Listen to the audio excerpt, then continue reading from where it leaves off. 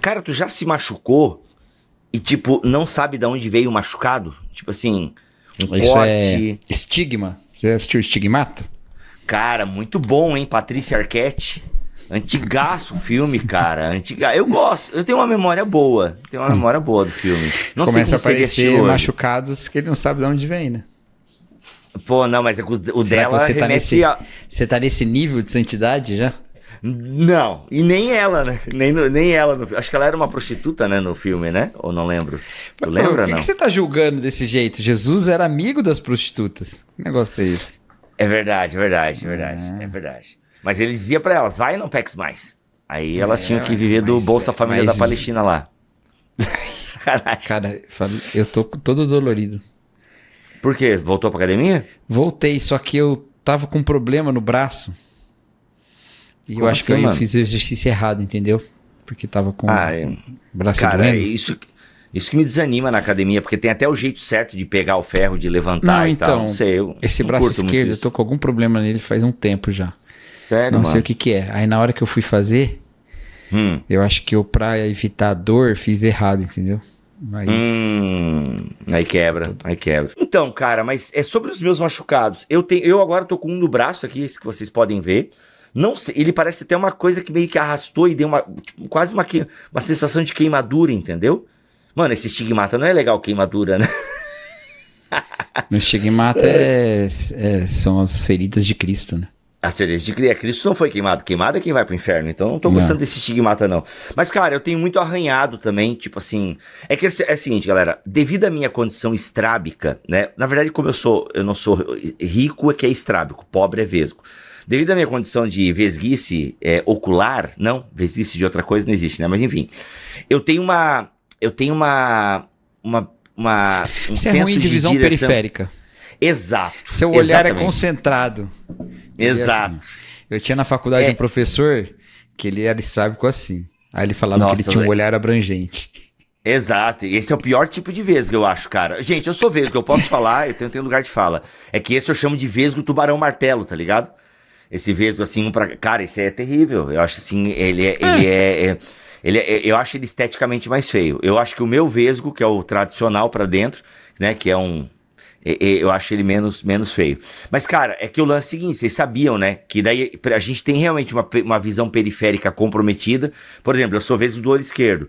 Então, esse lado meu aqui, mano, eu tenho muita dificuldade de enxergar, de manobrar e tal. Porque o meu cérebro, ele meio que desliga, né? Esse olho aqui. Né, eu não enxergo direito com esse olho. Porque senão daria uma visão duplicada e tal. Então, eu meio que tenho uma dificuldade enorme aqui. Tipo, diferente daqui, entendeu? Ó, tipo assim, é muito louco, cara, é muito louco. Mas então eu bato muito nas coisas, eu bato muito o ombro, até mesmo na minha casa, entendeu? Que eu conheço já o caminho, as medidas, as distâncias, eu tenho dificuldade pra caramba, assim, em fazer, sabe? É loucura isso, né, mano? Loucura. Mas enfim, cara, volta e meia apareço com uns machucados, assim, e eu fico pensando, cara, onde é que eu me machuquei? Tipo, igual esse aqui, sabe? Eu não sei onde eu me machuquei, cara. Você tá sofrendo violência doméstica, Bigo? Não, cara, não. Nem física, nem moral ou verbal. Nem psicológica. Nem psicológica, exato. Não, eu não sei, cara. Isso aqui eu não sei onde me machuquei mesmo. Às vezes na perna, tipo assim. Esse dia na perna eu tava com arranhão. Aí eu lembrei, cara, acho que foi a brincadeira com o Kalel no sofá. Porque como é muito difícil cortar a unha de um autista, né? Então, assim, cabelo e unha são, assim, a unha tem que ser É muito difícil cortar a unha do pé também. Você pode ter se arranhado com sua própria unha do pé. Nossa, mas na perna? Pode ser. Não, mas eu corto a unha do meu pé. Né? Do outro pé, exato. Mas enfim, o pessoal acabou Você era bom de esportes na escola, não? De corrida. O resto era meio ruim. De corrida eu era bom. Enfim, galera, o pessoal ouviu uma história off-topic aqui, que não dá pra ir ao ar, né? Mas o Cacau chegou à conclusão que o meu problema não é periférico, é de coordenação motora mesmo. Pode ser. Cara, o que pode ser também. E de memória também, né? Porque você não lembra onde bateu, onde machucou.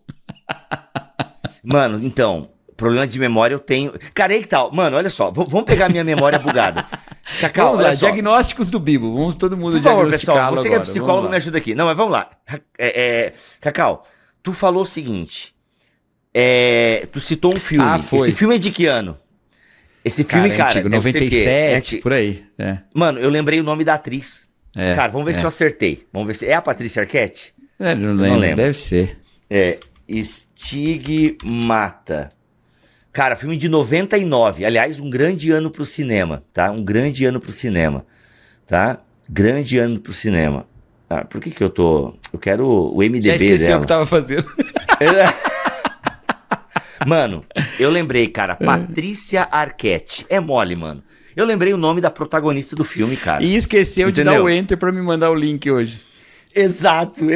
Cacau, 15 minutos esperando, entendeu? 15 minutos esperando porque eu achei que eu tinha dado o enter pra ele receber o link pra entrar. Então é assim, cara, aí às vezes eu tô conversando com as pessoas e, mano, simplesmente... Não, mas a gente já... Não, mas tu... Não, beleza, eu sei. Tá, tu não lembra disso que eu te falei? Não lembro. Mas, cara, eu já te contei essa história, eu já te contei... Não lembro, me desculpa, eu não lembro. Aí a pessoa começa a falar, eu falei, tá, daí eu lembro. Não, daí você foi lá, virou pra esquerda, você tava de azul, entendeu? Aí eu lembro, saca? Mas assim, às vezes a pessoa, porque tu lembra aquele dia lá que aconteceu isso? Que aconteceu o quê? Ou de eu indicar coisa pra pessoa, entendeu? Aliás, não sei se eu já te indiquei alguma coisa mais de uma vez. Insider eu sempre tô indicando. Então assim, é isso, sabe, mano? Tipo... cara, eu não lembro, eu simplesmente não lembro. É uma memória seletiva. E, cara, essa memória seletiva não tem a ver com minha preferência. Tipo assim, eu não dou bola pra essa pessoa, eu não dou bola pra essa coisa, por isso que eu esqueço. É muito maluco, eu não sei explicar a seleção que o meu cérebro faz, entendeu? É muito triste isso, no fundo, assim, entendeu? Porque eu lembro de várias coisas e esqueço de várias outras, entende? Mano, quer ver encontrar a galera do ensino médio. Mano, tu era maluco, né? Tu lembra quando tu fez isso? Eu falei, não lembro. E, cara, ainda bem que eu não lembro. Eu iria me odiar mais ainda como pessoa. Entende? Coisa que eu falei, coisa que eu fiz. Nossa, mano, é que eu já sou sem filtro hoje, né? Assim, mas eu melhorei pra caramba. Eu tô melhorando pra caramba, assim. Tô ficando cada vez mais esperto e tal. Mas, mano, antes, assim, eu era muito sem noção, cara. Muitas coisas que eu falava, que eu fazia. Nossa. Enfim, tem coisa que ainda bem que eu não lembro. Acho que é preservação da sanidade do pouco que ainda resta. Mas no machucado eu fico chateado, cara. Porque eu queria saber onde eu me machuquei, pô.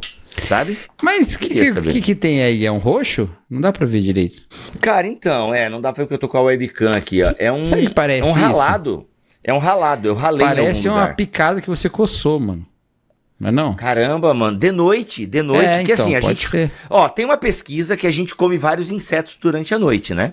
A gente, ao longo da vida, come aranha, às vezes até barata. Acho que eu não sei se tem uma pesquisa. Dizem. Seres humanos... Porque assim, o que o pessoal fala da barata? Vamos lá. Que em média, todas as pessoas do mundo comem 2 baratas na vida inteira, né? Mas tem que ver aqueles lugares onde as pessoas comem barata, porque elas já sobem a média. Entendeu? Não faz sentido? Faz. Uma pessoa que comeu 10 baratas na vida, ela já cumpriu 5 pessoas, a média de 5 pessoas, entendeu? Mano, tu falou em barata, velho. Me deu mó fome, velho. Acho que eu vou comer um lanchinho. Ai, cara. Por isso que você tem problema de memória, porque fica comendo barata. Isso, mas deixar é isso, gente. Aqui. Coma barato, não coma barata. Não, tá aqui, não ó. fique barato. Não entre em barato. Como é que é? Não entre. Não dê barato. Não use drogas. Não use drogas para ter barato. Exato. Ó, segundo a revista Super Interessante, uma fonte super confiável de pesquisa, quem diz que boca fechada não entra mosquito não deveria abrir a boca. Um levantamento apontou que cada americano ingere... que americanos têm uma higiene diferenciada também. Um levantamento apontou que cada americano ingere, em média, 140 mil fragmentos de insetos, visíveis ou não. Isso pode significar 900 gramas consumidos ao fim da vida. Todos nós. Cara, os alimentos que a gente come aí, você acha que não entra um bichinho lá? Quando tá moendo o tomate pra fazer molho, não fica uma perninha de um besouro ali? Claro que cara, fica. Ó, café, né? Agora, ele dilui tanto que não faz diferença nenhuma. E é crocante. Cara, é que essa... Mano, é crocante. Nossa... Mano, é que a nossa geração, Cacau, a gente foi educado por Timão e Pumba, entendeu? Viscoso, mais gostoso. Mais gostoso. Não, mas eu acho que dá. Eu acho que dá pra ter prazer alimentando-se dessas coisas. Aqui a gente não, na nossa cultura não tem. Mas a gente come camarão, por exemplo, é uma delícia. Exato, e a barata do mar. Estamos aqui com o Bibo, que é um dos maiores fãs de coco bambu do Brasil. Exato. Que inclusive ganhou na justiça o direito de utilizar, né, o melhor restaurante do Brasil, olha aí. Menos pra quem faz o cover lá, que parece que não recebe. Mentira, essa cara. Não, ele é que copiou. Não é... Nem sei se é verdade. Ó, não tô dizendo. Dizem. Dizem por aí.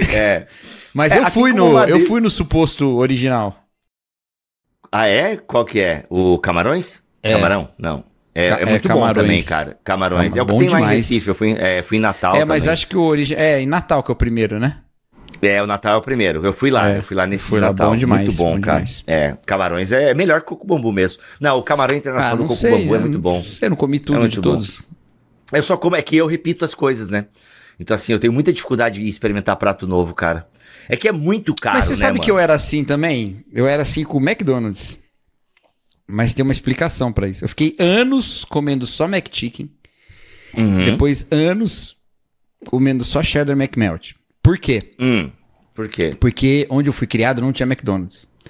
Então eu só comia McDonald's em viagem.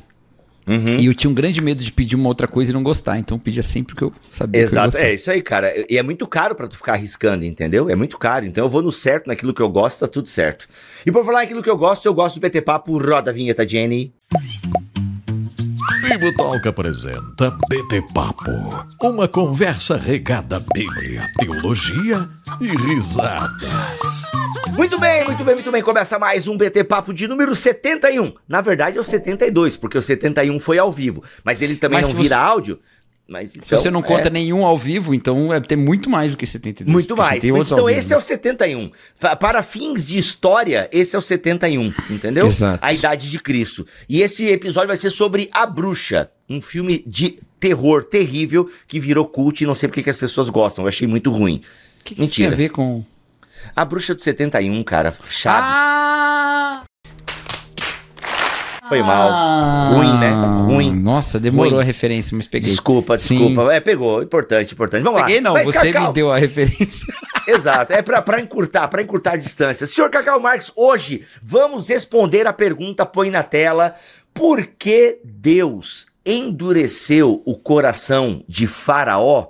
Senhor Cacau Marques, hoje então temos essa pergunta, que ela é uma pergunta da teologia bíblica, afinal está na Bíblia, o endurecimento do coração de Faraó, Êxodo 7 e 8, se não me falha a memória. Errou! E aí tem repercussões também na teologia bíblica do Novo Testamento, e a gente acaba desembocando um pouco até na teologia sistemática, né, na sistematização que se fazem dessa questão. Porque assim, vamos lá, Cacau Marques, quando a pessoa pergunta sobre o endurecimento do coração de Faraó, ela tem por trás, como background, a seguinte questão.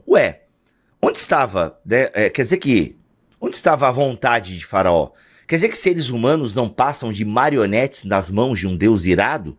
Será que no palco da existência somos apenas peões no tabuleiro de Deus? E Deus mexe como ele quer, conforme ele quer, nós não temos participação alguma nisso, somos apenas marionetes e existimos para cumprir aquilo que fomos já destinados a fazer, sem sombra de variação, não podemos interferir em nada. Será que é isso que a Bíblia está ensinando? É uma pergunta legítima que as pessoas fazem. Mano, Deus endureceu o coração de Faraó. E aí valeria a mesma pergunta, inclusive, a gente já até pode esticar um pouco, se tu me permitir, Cacau. Poxa, né? É triste Judas, né, mano? O cara já tava lá determinado a trair Jesus, sacanagem, né? Tipo, é um pouco triste isso. Aí eu fico me perguntando, mano, será que eu tô destinado ao quê? Será, né, mano? Sei lá, enfim. E aí, Cacau?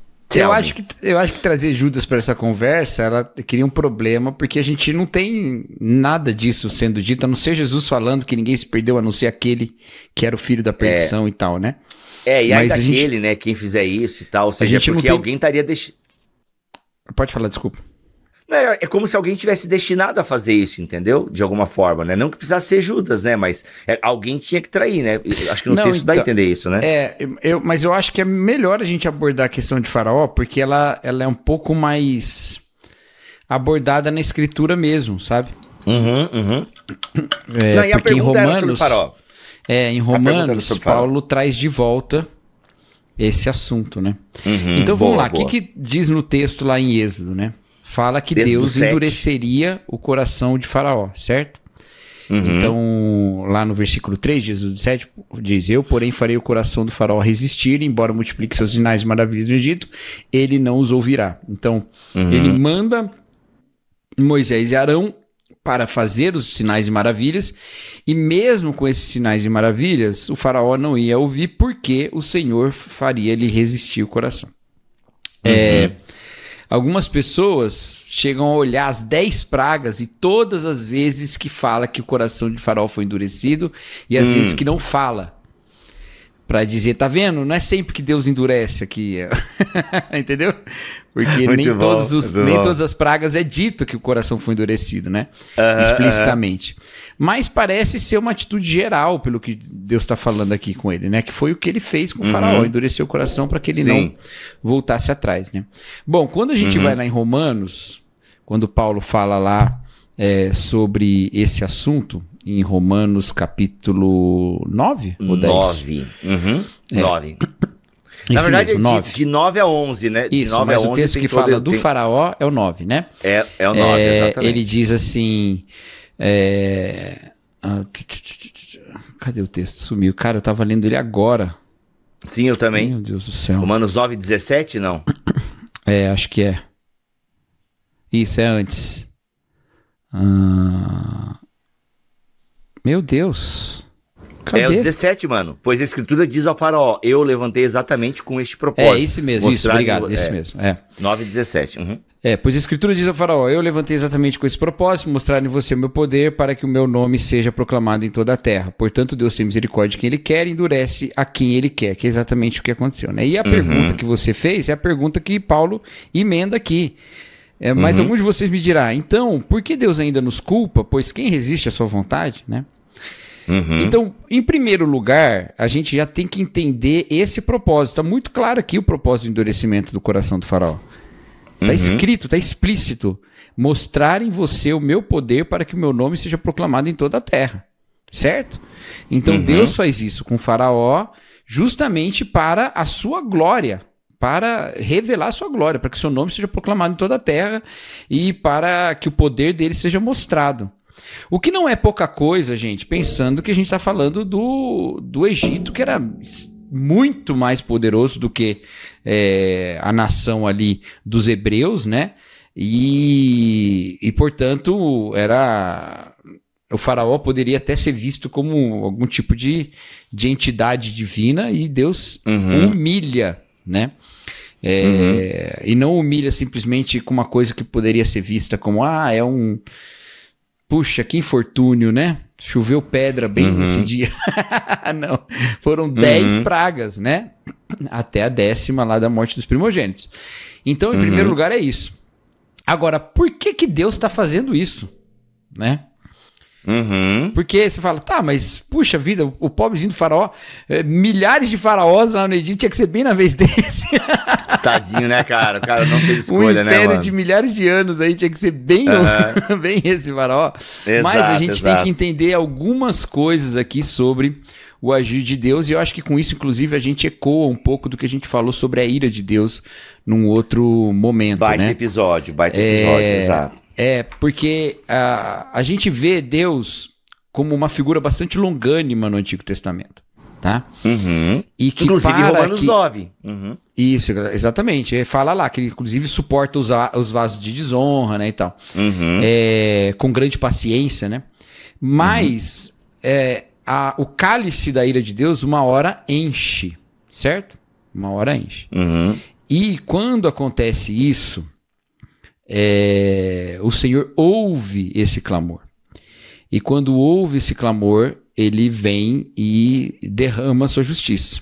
Ou seja, a ação de Deus naquele momento tem a ver com os acúmulos de injustiça cometidos pelos egípcios em relação a esse povo, certo? Fala lá no capítulo 2 de Êxodo, no versículo 23 para frente, né? depois que Gerson nasce e tal, aí o versículo 23 diz assim, ó, muito tempo depois morreu o rei do Egito. Os israelitas gemiam e clamavam debaixo da escravidão e seu clamor subiu até Deus. Ouviu Deus o lamento deles e lembrou-se da aliança que fizera com Abraão, Isaque e Jacó. Deus olhou para os israelitas e viu a situação deles. E é no capítulo 3 que acontece o chamado de Moisés para liderar o povo. Então, Deus está agindo em resposta ao clamor do povo, um povo que clama por causa da opressão do faraó. E aí Deus age. Então, a gente já compõe mais um elemento desse quadro. É para a glória dele, mas há uma injustiça, uma violência, uma opressão, uma exploração, escravidão acontecendo no Egito e Deus ouve e intervém. Então não dá para também dizer que não tem justiça aí, tá? Cacau, muito importante isso aí. A galera precisa pegar esse fio da meada pelo seguinte, tá? Deus não pegou um faraó bacana e endureceu o coração dele para que ele, então, né, fosse mal e aí Deus pudesse punir o Egito. A galera precisa entender, não. Já tem uma maldade que vem sendo feita, né? Já de muitos anos, né, décadas e por aí vai. Então, já tem um mal que está sendo feito e uma justiça precisa ser aplicada da parte de Deus. A gente vai entender isso aí, você precisa entender. Mas antes, galera, é o seguinte, eu quero amolecer o teu coração para você dar uma chance para Insider. Sério, ó, esse vídeo aqui eu gravei no hotel. Confere aí, pra você ver a qualidade do negócio. Acreditem em mim, você vai viajar agora no carnaval, vai ter os retiros, congressos, com certeza menos espaço na mala, é mais espaço para você trazer memórias. Então, gente, a Insider tem que fazer parte da sua viagem, ainda mais agora que tá esse calorão. E a Insider tem um tecido que é tecnológico, tem a regulação térmica. E olha só, o fato de ter regulação térmica, o suor evapora mais rápido do seu corpo, do tecido, tá? Do seu corpo não, mas do tecido sim, tá? Então o que acontece? E você vai suar menos também, porque o tecido da Insider é super respirável. Tem a tecnologia o quê? Antiodor, rapaz, ou seja, não vai dar cheiro nas suas axilas. Eu mesmo, essa camiseta aqui, eu estou usando ela pela terceira vez nessa viagem. Ou seja, eu viajei, gente, com 3 Insider, usei praticamente 2. Aliás, eu vou mostrar pra vocês, eu estou com a bermuda também, tá? Estou com a bermuda da Insider. Super confortável para viajar, tá? Ela tem um tecido tecnológico também, vários atributos que tem na Tech T-shirt, tem também na bermuda. Aliás, gente, eu estou com a cueca da Insider também. Eu também estou com a meia da Insider. É isso, galera, a meia da Insider também, mega confortável. Sério, pessoal, a Insider faz produtos incríveis para homens e mulheres, tá bom? Camisetas tecnológicas. Quer ver? Você vai viajar, você não precisa passar, velho. Você não precisa passar. Você dobra a camiseta ou joga lá a camiseta, entendeu? Você põe no corpo, 15, 20 minutos depois ela tá desamassada. O calor do seu corpo desamassa. É praticidade para viagem, sério. Você vai em retiros, congressos aí agora no carnaval. Mano, sério, você tem que ter Insider na sua mala. Por quê? Ela é básica, mas é um básico bonito. É um básico bem feito. É um básico, tem várias cores, né? Vocês percebem, eu não tô usando só preto, tá? Então assim, tem várias cores lá. É uma praticidade incrível. Menos coisa na sua mala, entendeu? E outra, não pega cheiro, você pode usar mais de um dia. Se precisou lavar, tá tudo bem, seca rápido, entende? E o melhor, não desbota. A Insider é incrível, tá, gente? Como eu já disse, tem para homens, tem para mulheres, tem uma variedade incrível lá no site. Vai comprar na Insider, seja sua bermuda, sua calça, sua camiseta, sua roupa de ginástica, calcinha, cueca ou meia, usa o cupom do Bibotalk, ou seja, cupom Bibotalk. Você pode também clicar no QR Code que está aqui ou clica no link que está na descrição do vídeo ou no primeiro comentário fixado. Aliás, se você clica no link, o cupom com 12% de desconto já vai aplicado. Tá bom, gente? Então é isso. Obrigado. E ó, sempre que você compra na Insider, você ajuda também aqui o nosso canal a crescer. É isso. Então, retomando aqui, galera, tá? Deus está endurecendo o coração de Faraó numa situação em que Faraó já estava. Isso é importante demais, cara. Ou seja, alguns até utilizam um endurecimento judicial. Ou seja, cara, é hora agora de aplicar a justiça, porque o meu povo está clamando e tal, e sofrendo no Egito. Então, Deus, ele endurece o coração de Faraó num estado em que o coração já estava contra Deus, contra o seu povo, contra a adoração, e por aí vai. Tanto que, e aí eu vou querer ouvir o Cacau sobre isso, Deus dá várias oportunidades para Faraó não seguir nesse caminho, entende? Deus dá várias oportunidades, tanto que Deus não destrói todo o Egito. E há chance para arrependimento. Então, né, essa questão dele dar chance para se arrepender, eu não sei se já havia chance para Faraó se arrepender quando as pragas começam, tá? A gente gosta de dizer isso porque a gente quer deixar aberto essa possibilidade, né? A gente sente que é injusto e tal. Mas é porque a gente esquece um elemento, que é um elemento importante na Bíblia. Na Bíblia, um dos juízos sobre o pecado é mais pecado. Né? Um dos juízos sobre idolatria, por exemplo, é mais idolatria.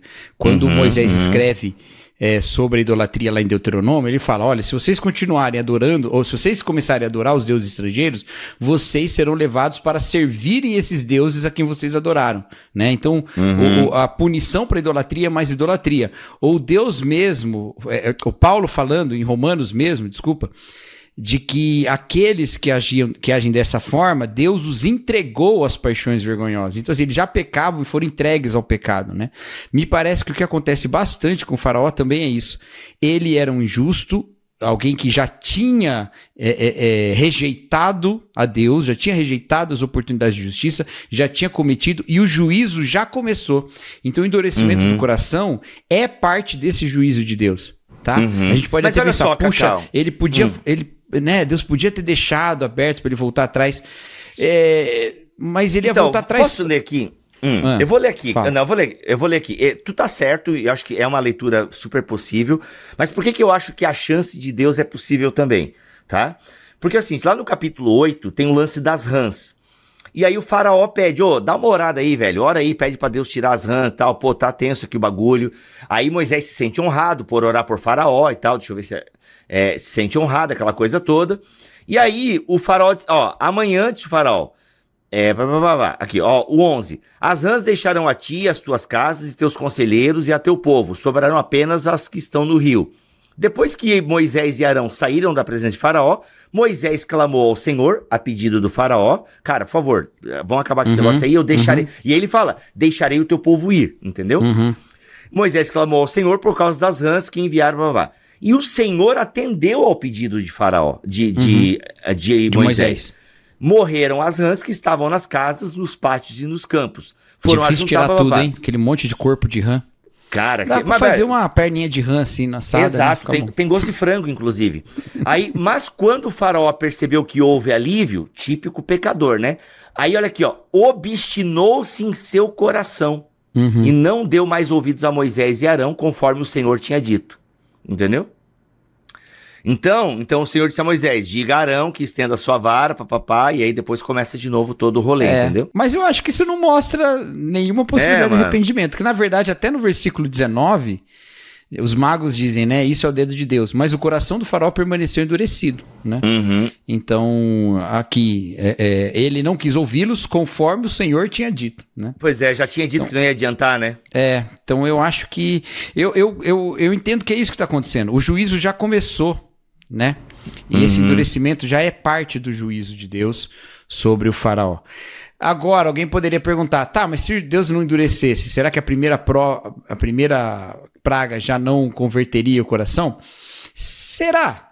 Será que é assim que acontece? Será que é nesse tipo de relação de medo que acontece essa conversão, né? Será que é... Sim, para usar esses critérios de conversão, que eu acho que são critérios muito mais do Novo Testamento, mas quem faz a pergunta geralmente está pensando nisso, né? Não me parece ser a maneira como Deus age também, né? Então, eu fico satisfeito com essa ideia, cara. O juízo já começou ali no endurecimento e, portanto, a ira de Deus continua e ela é todinha desferida sobre o Faraó ali. Uma coisa semelhante a gente vê no Apocalipse, né? Quando todos os juízos de Deus caem no Apocalipse, as pessoas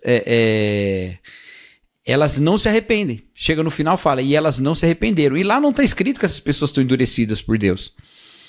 E lá as pragas são muito semelhantes, inclusive, há um paralelo muito grande entre o que acontece com o Faraó no Êxodo e o que acontece no Apocalipse, né? E no final diz que elas não se arrependeram. E elas tanto não se arrependeram que quando a Babilônia cai, elas choram, elas lamentam, né? Então, esse juízo divino, ele mesmo que você entenda como eu estou falando, que o endurecimento do coração veio de Deus como parte do juízo também, mesmo que não houvesse, não há nenhum indício bíblico que isso seria simplesmente algo que levaria as pessoas a se arrependerem, sabe? Os ninivitas, por exemplo, não precisaram do juízo para se arrepender, eles se arrependeram pela proclamação. Né? E depois voltaram de novo também, né? Porque daí Naum vai lidar com eles também, né? Tempos depois. Mas aí é outro momento histórico, né? Mas realmente bem, exatamente agora, isso. E o lance do faraó, usado por Paulo, né? E aí, inclusive, a galera aplica muito de forma individual, né? Que Deus chama alguns, não chama outros e tal.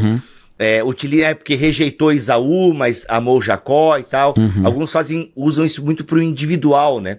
Tu entende ele como algo corporativo também, até pelo fato de Paulo estar citando Malaquias e não o texto de Gênesis, e até citando a própria Septuaginta, né? Ou seja, é como se Deus falasse essa sentença não com base no indivíduo Esaú e Jacó, mas em toda a história futura que eles representaram, né? Por isso que ele cita o texto de Malaquias, que é onde a história já aconteceu. Que é uma visão um pouco até mais arminiana, né? Não, mas assim, cara, eu não vejo nenhum problema das pessoas aplicarem isso num aspecto individual. Mas como tu acha... eu vou explicar meu ponto, assim. Como um modelo de como Deus age, entendeu? Porque não me parece muito estranho que quando Paulo fala de Esaú e Jacó, as pessoas pensam, tá vendo? 2 indivíduos. Que é o mesmo texto ali, né? Eu não vejo problema nesse tipo. Eu não acho que essa leitura é impossível, sabe? Eu acho que ela assim. Eu acho muito mais possível ser a colaborativa, a corporativa, né? Porque são indivíduos que representam um povo, né? E é um povo que já mostrou a sua fidelidade, a sua infidelidade. E por isso que ele cita Malaquias e não Gênesis, entende? Na verdade, eu acho que a gente está partindo de um debate mais moderno para tentar entender um texto antigo. Há um problema na interpretação estritamente individual desse texto, que é ignorar a mensagem original do texto. A visão, essa visão corporativa que você falou, ela também é um linguajar moderno. E também não faz totalmente jus ao que o texto diz, mas pelo menos guarda o sentido comunitário do texto. Exato, porque tipo Efraim é um sinônimo de Israel. Efraim é uma tribo, mas como era maior, representava o todo, entende? Toda essa preocupação de Romanos, que a gente individualiza bastante, ela era, antes de mais nada, eclesiológica, tá? Então, a gente individualiza muito o que está sendo dito. Por exemplo, a gente usa como texto evangelístico, porque todos pecaram e e carecem da glória de Deus e tal. Quando o que Paulo está fazendo ali no capítulo 3 é dizendo, todos pecaram, galera, então tá todo mundo na mesma. Entendeu? Porque por isso que todos precisam da justificação, todos precisam de Jesus, né? Porque a discussão lá era uma discussão sobre judeus e gentios, e Paulo então está tratando muito mais disso. Então, esses capítulos que estão aqui, eles estão dentro do mesmo sentido, né? Da mesma maneira, Paulo vai falar nesses capítulos aqui da questão... Olha, deu até uma escapada aqui. Da questão... Um pão de batata, um calzone. Já viu esse vídeo? Não. Não? Não. O que você come na faculdade? Um pão de batata, um calzone. Quem que é esse, cara? Vê esse vídeo aí. O que você costuma comer na universidade? Assim, calzone, assim, essas coisas, o pão de batata e outras coisas. Você acha isso saudável? Acho. Então, esses textos, eles estão falando sobre a atual situação dos judeus. Por que eles estão nessa situação, né? Exatamente. E que vai falar, inclusive, do endurecimento dos judeus. Olha que doido. Paulo fala de judeus endurecidos que não recebem o Messias e que por isso, então, a mensagem vai para todo mundo. E aí quando você chega num ponto e fala, então tá certo, Deus endureceu os judeus para que o mundo inteiro conhecesse, aí Paulo fala, não. Se o mundo foi abençoado por essa dureza, imagina o quanto não seria abençoado se eles recebessem, né? Então, olha só como as coisas são bastante... comunitárias nesse sentido, né? Bastante abrangentes. Eu acho que a gente não pode perder esse sistema. E esse esquema para interpretar esse texto, porque é o esquema do livro. Agora, por que eu digo que eu não vejo problema numa leitura individual? Porque eu acho que você pode olhar aqui e olhar outros textos, tá? E a partir desses outros textos e olhar nesse texto, você identificar uma maneira como Deus age. Ou seja, Deus terá misericórdia quem quiser ter misericórdia, Deus endurecerá quem quiser endurecer. Portanto, você olha esse texto e fala, tá vendo? Isso é uma maneira que Deus faz. Tá certo, nesse texto aqui ele tá falando de todo um plano amplo, beleza, tudo bem aqui, mas isso não derruba uma visão de uma eleição individual, entendeu? O fato desse texto... O problema é que as pessoas querem usar esse texto como bala de prata do calvinismo. Ele não é, tá? Não é. Agora, ele pode ser, sim, um apoio na argumentação. Ele pode ser, não tem nenhum problema nisso. Eu acho que ele não dá tanto subsídio para esse pensamento, mas tudo bem. Esse é outro debate que a gente pode ter. E outra coisa também sobre isso. Paulo vai chegar a dizer que Deus colocou todos sob a desobediência para agir com misericórdia para com todos, né? Exato. E a misericórdia é a ênfase. A misericórdia é a ênfase, inclusive. Exatamente. E o que casa muito bem com o livro todo de novo, né? Porque você tá um grupo colocando um monte de carga sobre os gentios, possivelmente, eu gosto dessa ideia do contexto histórico, apesar dela não necessariamente ser esse, mas eu acho que tem bastante elemento para a gente acreditar que né? Cristãos de origem judaica voltando para uma igreja que agora é de maioria gentílica, porque eles foram expulsos e voltaram para Roma, né? E aí tem esse conflito. E aí Paulo fala, vocês estão tudo na carne, vocês são todos pecadores, vocês estão todos... E olha só, vocês estão condenando os judeus, os gentios, e eles estão mesmo errados, tá? No pecado e tudo, mas vocês têm a lei e também pecam. Entendeu?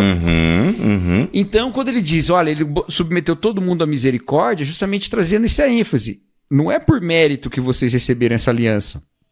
É por misericórdia. Assim como eles também recebem por misericórdia. Entendeu? Então, acaba que a visão do faraó e aquele argumento do faraó, que é o começo da argumentação, ela se torna muito menor do que o propósito final, que é o propósito da misericórdia, entendeu? Então, eu acho que esses são os riscos de você ler esse texto de maneira individualista demais, tá? Sim. Eu não gosto da leitura individual, prefiro a comunitária, faz muito mais sentido para mim, até pelo fato dele citar Malaquias, tem toda uma história e tal, enfim... faz muito mais sentido. Até o Russell Shedd tem o Homem em Comunidade, maravilhoso esse livro. Maravilhoso esse livro dele. Que mudou o nome, né? Antes era outro nome, Solidariedade à Raça, né? Isso. Era Solidariedade. Agora é o Homem em Comunidade. Maravilhoso, gente. Maravilhoso esse livro do Shedd, assim. É uma questão corporativa, né? Porque, cara, senão a gente seria somente mesmo peças no tabuleiro divino, assim. E não que a gente não seja, em última análise.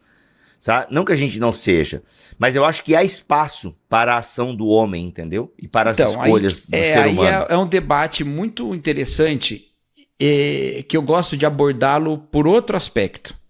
Não pelo aspecto dogmático, mas pelo aspecto bíblico mesmo. Assim, gente, não estou falando que dogmático não é bíblico, tá? Eu estou falando bíblico no sentido dos termos da Bíblia e não dos encaixes que a gente consegue fazer a partir da Bíblia, beleza? Exato. Biblicamente, há muitos elementos que apontam que os autores bíblicos, as comunidades para onde eles escreveram, viam a relação entre Deus e os homens de maneira mais dinâmica e menos esquemática. E aí mais dinâmica para os dois lados, viu, gente? Exato. Mais dinâmica no sentido da liberdade humana, certamente, mas dinâmica também no sentido da liberdade divina, por exemplo, de endurecer o coração do faraó. O que às vezes parece que para um pensamento mais arminiano, isso é proibido. Não, Deus seria injusto se ele não desse igualmente a mesma oportunidade para todo mundo e oferecesse a mesma graça e misericórdia para todo mundo. Gente, isso não acontece hoje. Tá bom? Tem gente que vai nascer e morrer sem ouvir o nome de Jesus. Tipo, 5 bilhões de pessoas. Exato. Então, assim, várias delas vão ouvir, mas não vão crer, né? Mas eu acho, se eu não me engano, cara, 5 bilhões de pessoas não fazem ideia de Jesus. Tudo isso, olha só. Não tem esse dado. Cara.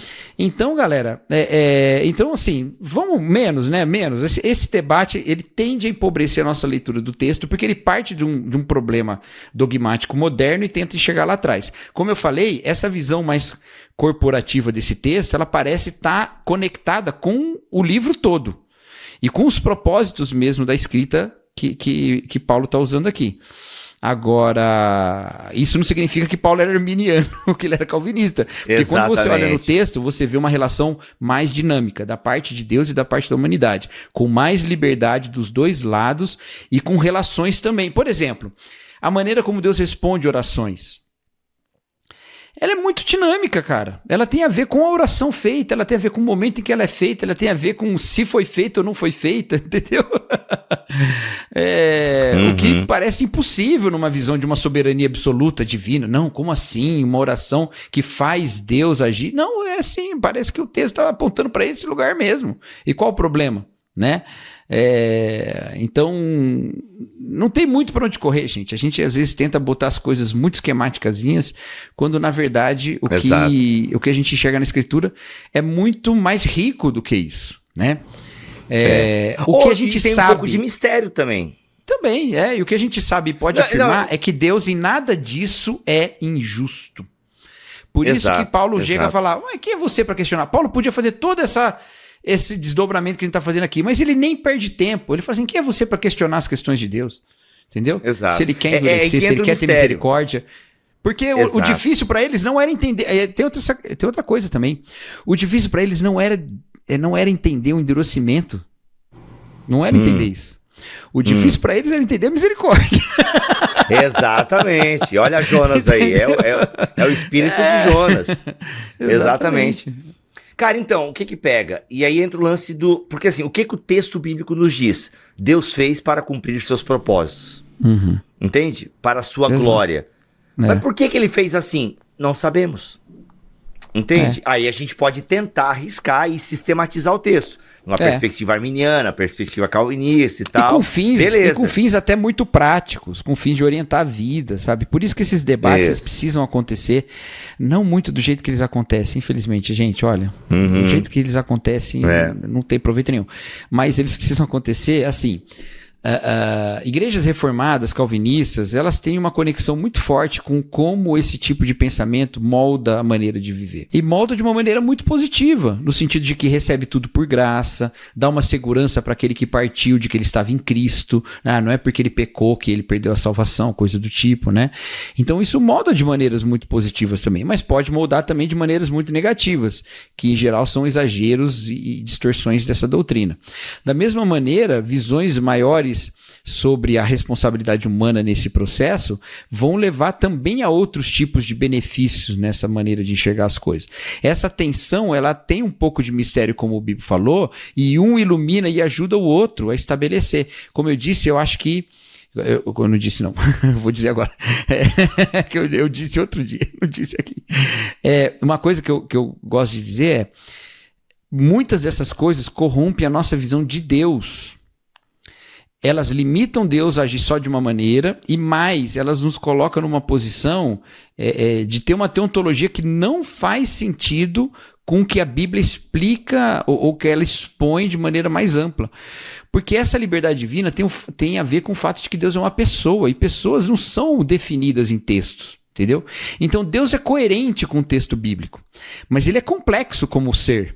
Assim como nós somos coerentes, por exemplo, com o que a gente grava aqui, com o que escreve, não no mesmo nível de Deus, porque Deus é plenamente coerente e a gente entra em contradição bastante, mas a gente é muito mais complexo do que a gente expõe aqui, porque pessoas são mais complexas, elas são mais tridimensionais do que a única dimensão que é revelada numa expressão. Então, a gente tem que ter um pouquinho de humildade a lidar com isso, pensando nos efeitos teontológicos desse debate, sabe? E aí dar um passinho para trás, aprender um com o outro e continuar com as convicções. As convicções são importantes. Como eu falei, elas moldam boas práticas. Então que a gente tenha boas práticas moldadas e o tempo todo refletidas de novo à luz das escrituras e trazidas de volta para o entendimento, né? Porque há práticas muito ruins também que podem vir quando a gente se separa da escritura e fica só com a doutrina que a gente formou sobre a escritura. Existe uma doutrina formada sobre a escritura, mas ela não é a escritura. E se você simplesmente abrir mão da escritura para ficar com isso, uma hora você vai estar tão longe da escritura que você não vai conseguir mais praticar. E por último, eu não com isso não estou sendo isentão nem ficando em cima do muro. Eu tenho uma visão. A minha visão é de uma maior liberdade, de uma maior participação humana e divina nesse processo, tá? No sentido de que eu não acredito na graça irresistível, tá bom? E eu sei que tem bons debates sobre isso, a gente pode falar. Assim como também não acredito... E também não acreditamos no teísmo aberto, que Deus está construindo junto com a gente. Também não é isso, tá, gente? Para deixar bem claro. E não acredito também na expiação limitada, acho que são os meus maiores problemas com os pontos do calvinismo, são esses dois. Mas isso não significa que não haja diálogo com esse tipo de pensamento e que aspectos dessas doutrinas não sejam, inclusive, muito interessantes e muito inteligentes e boas para a gente conversar e discutir, né? Então, eu acho que são coisas que a gente pode fazer. Por exemplo, a questão da graça irresistível. Eu não acredito nela, eu acredito que é possível resistir à graça. Contudo, ela me ensina uma coisa sobre acreditar totalmente na ação divina e não na ação humana. Se a graça é irresistível, então não é mérito meu recebê-la, porque era irresistível, não tinha como resistir a ela. Entendeu? E isso me faz pensar que a minha visão de uma graça irresistível não pode gerar méritos para aqueles que receberam. Então, entendeu? Ela me pressiona a pensar uma forma de... Vou usar outra palavra aqui. Uma forma de remonstrância. Ainda que eu não seja remonstrante, mas uma forma de remonstrância que seja adequada a esse risco do orgulho. E eu só aprendo isso porque eu aprendi de calvinistas, entendeu? Então eu não sou isentão, eu tenho minha posição. Mas isso deveria ser muito mais diálogo do que guerra, tá? Exatamente. E no final a gente acabou batendo nesse debate quando a gente nem precisava, né, Bibo? Porque a gente nem ia responder sobre isso. Mas foi bom porque o pessoal tem dúvidas sobre isso, né? Exatamente. Galera, olha só. Fonte guia-me, tá? Então, assim, não fui checar a qualidade da informação, mas não é 5 bilhões, tá? Segundo o portal Guia-me, são 42% da população, que dá uma média aí de 3,3 bilhões de pessoas, tá? A gente tá aí em aproximadamente 8 bilhões de pessoas no mundo e estima-se que cerca de 3,3 bilhões de indivíduos, ou aproximadamente 42% da população global, não tem acesso ao Evangelho de Jesus Cristo, tá? São os povos aí não alcançados e por aí vai. Tá bom, gente? Então, isso reforça a missão da igreja, né? Isso reforça a missão da igreja. É isso, senhor Cacau Marques. Isso é um outro debate interessante. A gente vamos fazer um episódio sobre missão aqui, né? Vamos. Pode mais ser pra frente. Agora não, porque próximo não, porque eu quero me preparar melhor. Mas algumas questões sobre missões que eu acho que a gente poderia abordar. Fechou. O próximo vamos falar sobre o que é uma fé pública. Precisamos falar sobre fé pública, Cacau. Tá bom. O que é uma fé pública. Podemos. Tem aquele outro que a gente prometeu também, né? Como é que é? Jogar sortes? Lançar sortes? Lançar sortes, Pode ser. Tu acha que rende um episódio, mano? Tem Vamos ver. Né? Uso do AT no NT, a igreja de judeus, entendeu? Eu acho que rende se a gente der 2 semanas pra gente dar uma lida. Exato, é porque eu tenho umas perguntas pra responder, né? Tipo, por que que... enfim, galera, semana que vem vai ter BT Papo. Qual a pergunta? Não sei. Você pode usar os comentários pra fazer uma pergunta e quem sabe a gente utiliza ela. O apanhadão de perguntas é legal também. Várias perguntas num episódio, roda também. De repente aí, ó, eu abri uma caixinha no Instagram, talvez role alguma coisa. Aliás, mano, tu abriu também caixinha, né? Abri. Pega alguma coisa de lá, cata umas 3 de lá. Tá. Tinha boas perguntas lá, tá bom? Tá bom, beleza. Ficamos por aqui, voltamos na semana que vem, se Deus quiser assim permitir. Fiquem todos na paz do Senhor. Lembre-se, terça-feira tem BTcast e toda sexta-feira tem BT Papo. Valeu, gente. E bebam água. Tchau. Muita, nesse calor, muita. Que BT Papo é esse, cara? Eu nem lembro, mano. A contagem fica toda zoada quando tem ao vivo. Eu sempre pulo o ao vivo, eu não conto o ao vivo, entendeu? Esse vai ser o 71. Muito bem. Começa mais um. Começa de novo. Não, o áudio é separado. Aliás, gente, tu tem limpado, né? Mas quando vai ficar não tá parecendo falando... que eu tô mandando um beijinho, assim.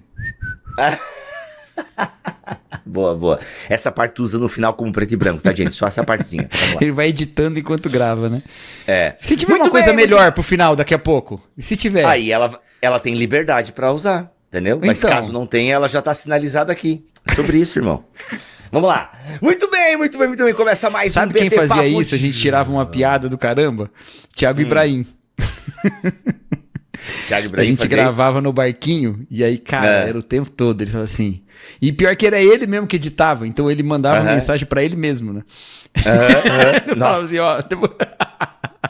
Mas é bom, cara, durante a edição Aí é a bom. gente tirava mó sarro nele. Ixi, já vem o editor, Não, olha só, quando eu gravava... Tinha uma época que eu fazia uma gravação dupla, né? Eu gravava junto com a galera no Zoom ou outra gravação, e eu gravava o meu áudio à parte. Mano, isso é na época do Tuller, a Jenny não pegou isso. Aí você silenciava e... Direto eu falava com o editor, cara, ó, essa parte aí corta, mano, mano, ele tá falando demais, ó, mano, pode limar toda essa parte que ele tá falando aí. Não, direto eu falava, direto. Isso era uma coisa boa, só, cara, é um saco ter que gravar o áudio à parte e tal, daí agora eu não faço mais. Enfim, vamos lá. Posso ir agora? Vamos ver. Se não acontecer nada... Viu? Aconteceu algo bom pra ter o final, entendeu? Melhor que aquilo. Já tem um conjunto de coisas pro final. Vamos lá. Tá muito Senhor calor, Cacau mano. Marques. Tá muito calor. Aqui Vou tá. tomar Não, muitas Joinville, águas mano. até o... Muitas águas e assim, a conta de luz não quero nem saber, porque lá em casa estão ligando todos os ar-condicionados que tem, porque não dá pra viver dentro de casa. Vamos lá. Senhor Cacau... O todo poderoso lá, o Jim Carrey. O Steve Carell falando. É muito boa essa cena. Vamos lá.